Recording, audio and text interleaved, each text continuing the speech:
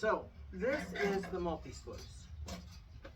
I've only done a couple of changes to this because, to be honest, the thing does exactly what they say it does.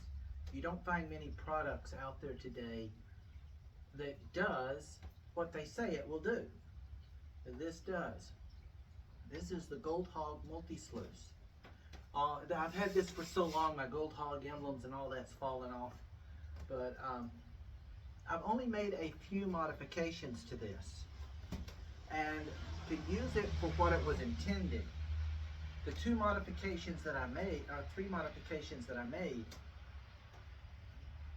doesn't really improve its efficiency, more it improves my accessibility to it.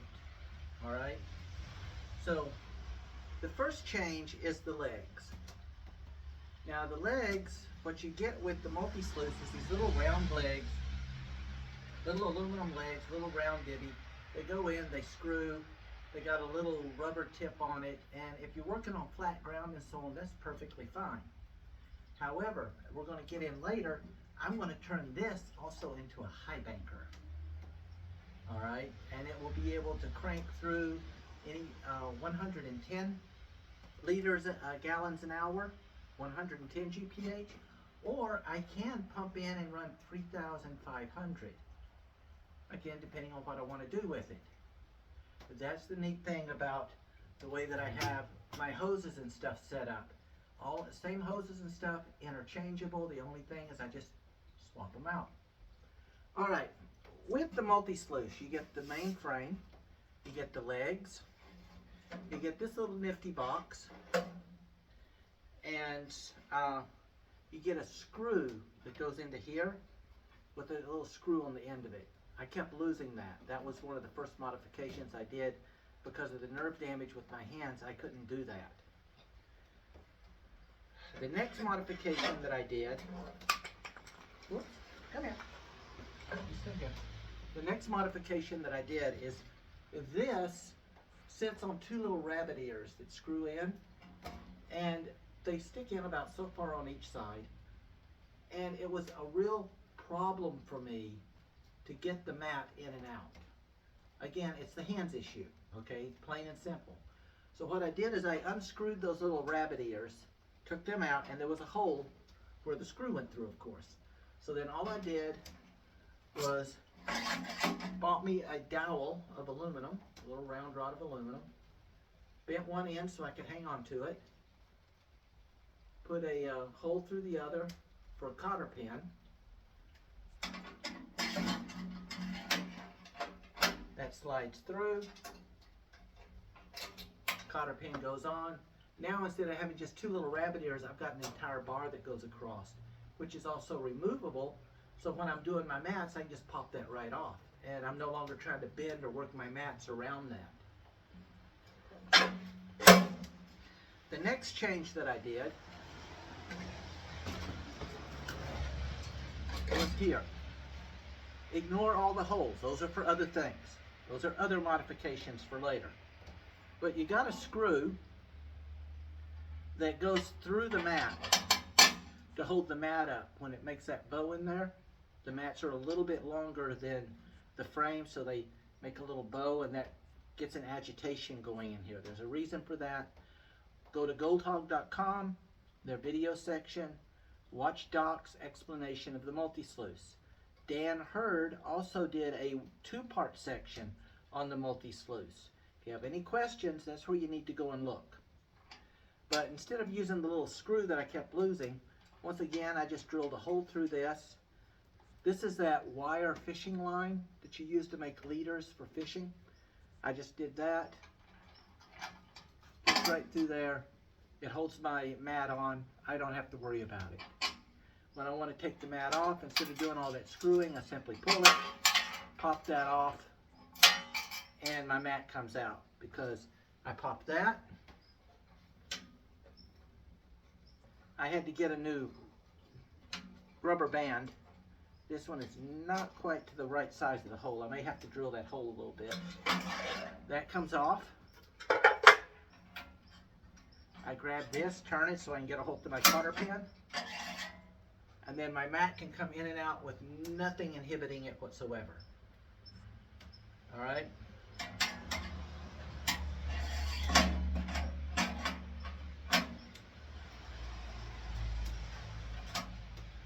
Yeah, I've had this for several years, many years, and the little rubber that comes with it just finally gave up the ghost. And I got these and bent them, but they're a little bit too large to get into here. So I may just open that another 0.5 M just to get these in and out. But when I'm doing it, I put my mat in, boom. I put my mat in, put this in. Nothing's lost. I'm not having to unscrew, finagle anything with my hands doing all sorts of wonky crap. This comes out of the bag.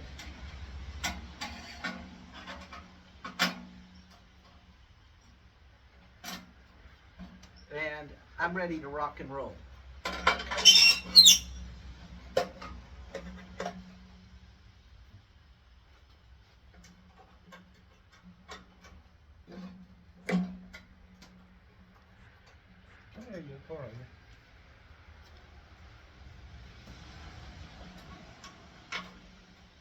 Now with the setup, I having this bar back here as well, it allows me, I can move this back and move this at a higher angle, which gives me more water impact if I want to. You shouldn't have to. As I said, this thing, it'll get 98 to 99% of your gold if you follow the instructions. All right? I mean, it's a good little machine. I don't have to use my blue bowl anymore. I don't have to use my spin wheel anymore. I run this through. When I get down to it, I do a final pan, use my little siphon, suck all the gold out, and we're done. It has reduced my cleanup by over 50%. Easy on my cleanup time. Also, by having this, I can actually, if I'm sitting in the evenings, and we're taking a break or whatever, if I'm not using this on the stream, I can set it to the side and just clean my fines for the day and reduce my stuff dramatically. It will take a bucket of stuff like this, of 0.6 6mm and smaller material, and put that down to almost a cup for me to bring home and do my final cleaning. And that's a lot better than me having to bring back over a weekend 4 or 5 buckets like this. Okay? It's just, I love this thing. And that's why I was really upset when Goldhog told me they did not make an attachment for a Highbanker. The last change that I made to this was you can buy the water system that goes with it. It comes with a 110 gallon an hour 12 volt pump. It comes with some little hose, and it comes with another adapter piece for reducing your fines. Here comes the problem. A 3/4 bolt in America, 3/4 inch bolt, may be the equivalent of a 12mm or whatever bolt in Germany. Screw, however you want to do it. The trouble is, the threading is different. Okay? And that's why when I got this, I really looked at it very closely, and it was from this design that I designed the flow box for that the previous video on the river sluice. Because now by doing that, I know how to make me another one of these to German specifications. All I have to do is do this to the same dimensions, but the screw piece and so on the top, all of that I've got to redo because they don't have these size pipes here. Which brought up the other issue. When my water hose gave out, I got a leak and so on, I could not find anything with the right diameter. I finally found a company. It's called, I forget what it's called right now. It's not Seaflow, it's a different one. They do swimming pool sand filters and stuff. And they carry this hose in 2 different sizes in diameter. And so I managed to find one. The smaller size fits. It fits a little snug. I have to work it to get it down there, but it works. The dilemma is this end down here, it will fit a 110 gallon an hour GPH pump, but it's wonky. If I tighten it too much back and forth, this plastic just starts cracking. So what I did is I ran me a piece of pipe in here, aluminum pipe. I showed you this on with the hoses. So now all I have to do is this, and when I want to use this, if I can put it into my, we've got this here, bucket and pail are sold separately. You got to get those yourself. And I can put this down here and run my pump from here. Or if I'm using it out on the stream or whatever, and I'm up on the bank, then all I have to do is attach that, and I've got my additional hose. And this is gauged to be able to easily get around that 110 GPH 12 volt pump. So those are the changes that I made to the multi-sluice. The reasons why. Oh, legs. I almost forgot the legs. The legs, like I said, they came with little spindly legs. What I did is I did that.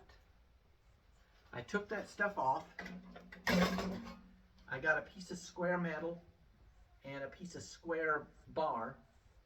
We welded that together, cut it into sections down the strip, cheek. Cleaned it up, tack welded a German size screw to this, because once again, the American screws, they wouldn't fit the threading. I got wing nuts, not wing nuts, but wing bolts to screw in. We'll cover this when I cover the Highbanker as to why all my stuff is wing bolts now. And this gives it more stability. The legs are a little bit higher. That bend underneath gives it a broader baseline. And this also will come into importance later when we turn this into a Highbanker. So I modified the screw, I modified the rabbit ears, we modified the legs and the leg holders because they were little round things. These are square. I'll have a video on how this is done. And we redid the piping and stuff here so that it would still work with their stuff and be easily interchangeable later if I need to redo this piece for on the German or European scale. So that's it. Let's move on to what I did to turn this into a Highbanker.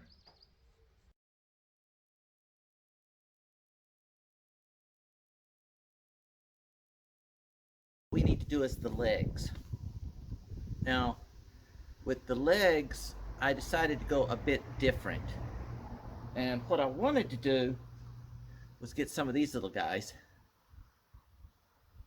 and use those for the legs. The problem is, Goldhog has proprietary license for these, and they would not send me any. They wouldn't sell them separately. They only do it by putting it on. You'd have to buy their equipment to get them. This came off, I'm using this as an example, like off my Goldhog Multisluice that I use, my little mini sluice classifier thingy that I get to do my cleanings. So what I did was, I went to the machinist, we took a piece of flat bar of stainless and a square piece to the size that I needed, and we simply welded the entire strip. Then we cut these into sections, and so they look something like this here. So we drilled the hole and spot welded the screw onto it. And these are made out of stainless steel. And I'll have to go in, some of this I have to go in and clean up, but you get the general idea. Now what I'm going to do with these is I've got to drill my second holes, and then this will fit onto the body of the sluice for my legs. I then went and bought some wing nuts. Now I know, like with Goldhog and some of the others, they give you these round things and you're supposed to put a bar through it to tighten it and so on. My hands, I have trouble with that, so I created my own little tools for that. But these are galvanized screws, and they will simply screw through.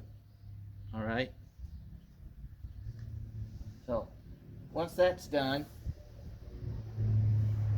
I then make the legs. Now the way that we did the legs is I took a piece of square bar, all right, and how best to explain this? I went up my desired length and we bent it at about a 30-degree angle. I put that in my vise, I bent it, I turned it, I brought it back and bent it again at another, so you wind up with something that looks about like that. Then I took a 10-centimeter piece of square iron, cut it and cleaned it up, and then I had them weld this onto the bottom for the foot. In this way, what you're looking at is something that looks about like this. Now I could have used aluminum, but I had worries that bending it, if I did it wrong, then it would compromise the metal and cause the leg to break or collapse. So I went with basic steel. We then, once they welded the piece on the foot, this went to a different individual who then galvanized them, because I could not get stainless in the size that I needed. The whole idea for this is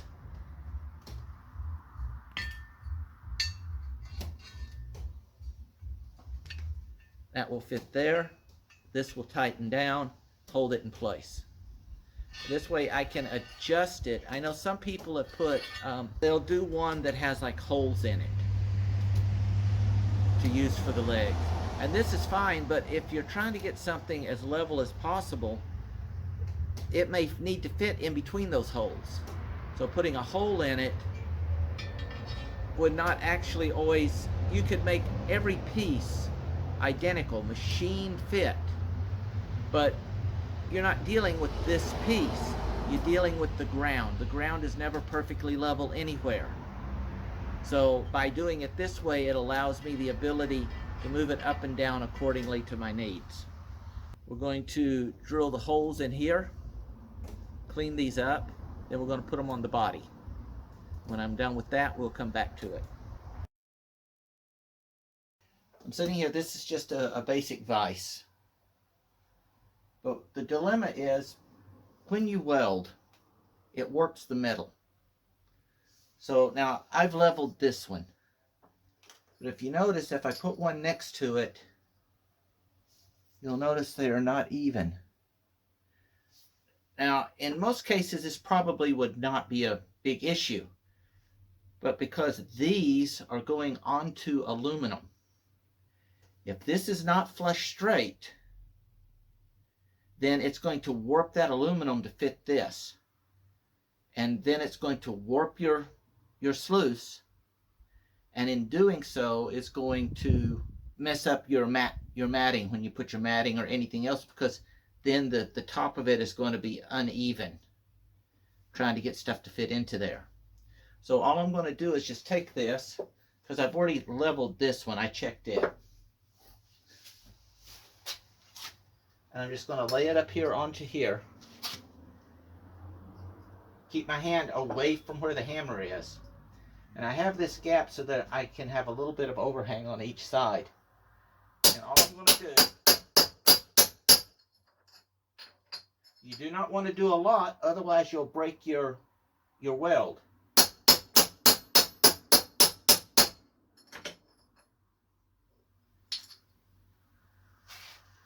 And now you see it's a much closer fit.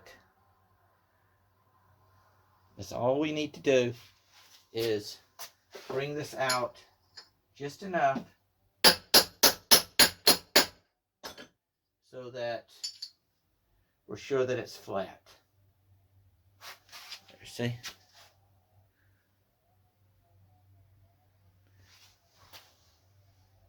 Then I will mark it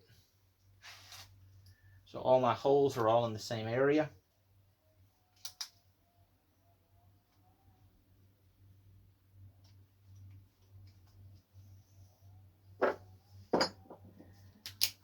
And go on to the next one. So we've got all of these drilled.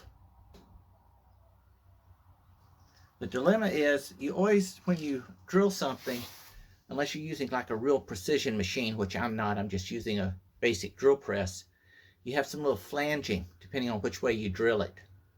So all I'm going to do, because I don't want any, again, I don't want any lumps, bumps, or anything that could affect my aluminum and me putting this into place.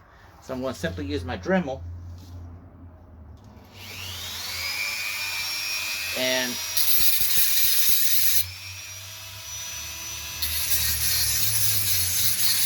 now you can use a file if you want for this. The basic thing is you simply want to make sure everything is cleaned off and you have no slag or anything that's going to interfere with this being fitted to your sluice. This is the important part. We're going to put the leg mountings onto the body of the sluice or Highbanker. What I want to do is I don't want this down at the very bottom. I've seen a lot of people put them at the bottom, and the idea is this is the most stable area, which is true. My dilemma with this is a 5 centimeter high. That means this is 2.5 centimeters where these holes are. And I have found when I put those in, using a screw really messes with my matting. So I want it above my matting. At the same time as well, I also want it above the top of that matting. I want it high enough so that any gold coming through doesn't get messed up by those screws, the water flow and so on. As well as, I believe this time, instead of putting screws in, I am going to put pop rivets, because I'm using a lot of stainless in this thing, and the weight is starting to exceed what I feel comfortable working with my back and my knees and hips. So I'm going to try it with thick 10 millimeter, I'm using a 5 millimeter diameter, but a 10 millimeter long piece of pop rivet. And I'm going to go into a couple of things I'll show you that I'm going to be doing with that pop rivet to help strengthen it, as well as cut off any chance of water flow loss, as well as any light floating gold loss. We'll get into that in a minute. So what I'm going to do is, I know that my sides on all my things is 10 centimeters. So I'm going to find my center point and mark it.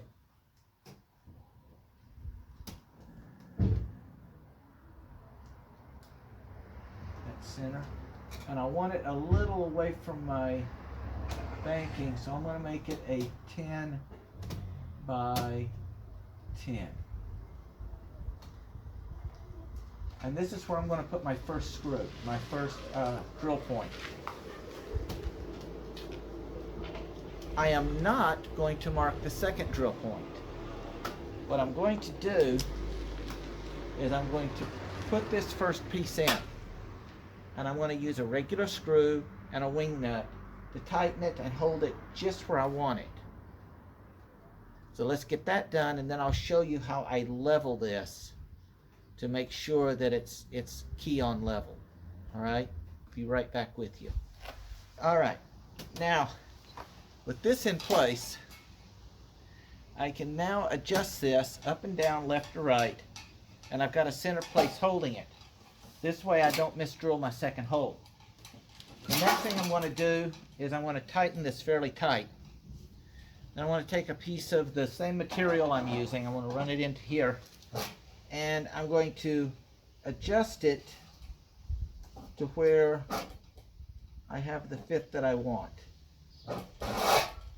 Once I have it there, I will then measure to make sure I'm still center. Once I'm center, this is tight, it's holding it in place, there's no shifting, then I'll drill my second hole. Because I am not putting these little slide pivots in here, I'm not doing a deep enough angle to warrant having to put those in. They look fancy, but I have no need for them. So I'm not going to be continuously tilting the legs that way. I'm not working on excessively high banks or things that's going to totally throw it off kilter. So this right here will work just as well for me. But once I have that in place, we're going to go drill it, then we're going to put the rivets in. Alrighty then. Now what we've done is I pop riveted on the inside. This leaves this flat. You notice it's high enough up, it's not going to interfere with my riffles or my mats. The next thing that I did, because with pop rivets, I've had this tendency that the little ball on the opposite side, that little stick piece, if it breaks too far in, the little ball thing pops out. And this would wind up leaving me a hole and an insecure rivet. So what I did is, as the ball gets pressed in, it flares out this piece on the outside. What I did is I bent this pieces back in using a hammer and then knocked it down, or basically in blacksmithing it's similar to peening. You can look at peening. Basically you take a piece and you round it out. I reversed it and rounded it back in and then flattened it down. So you wind up with something that looks about like that. Okay. Now the next thing I'll do is I'll come back and over the tips of these, I'm going to put a little bit of super glue to fill in the gaps. Let that super glue, I'm going to flip it on the inside, and the hole that's left on the inside from the pop rivet where that stem broke off, I'm going to fill that with super glue. Gradually. A little, let it dry a little until it's filled up and totally dried. This will help secure that rivet head in place. It will help lock it down and make it more watertight. You could, if you wanted, to fill silicone on the inside if you want. I just like having super glue on both sides because that way I know both sides are being held. That's up to you. One thing that I did not discuss, because I had to make my own, they wouldn't take and sell me the ones that I wanted, so I had to make them. The dilemma was, this comes in size 10, this square comes in 10 millimeter and 12 millimeter. Could not get an 11. This comes in a 10 millimeter and a 12 millimeter, no 11. So I wound up with 2 millimeters left to right, too wide for the 10 millimeter bar. Front to back isn't a problem, that's just screw length. So what I did is I made me a spacer.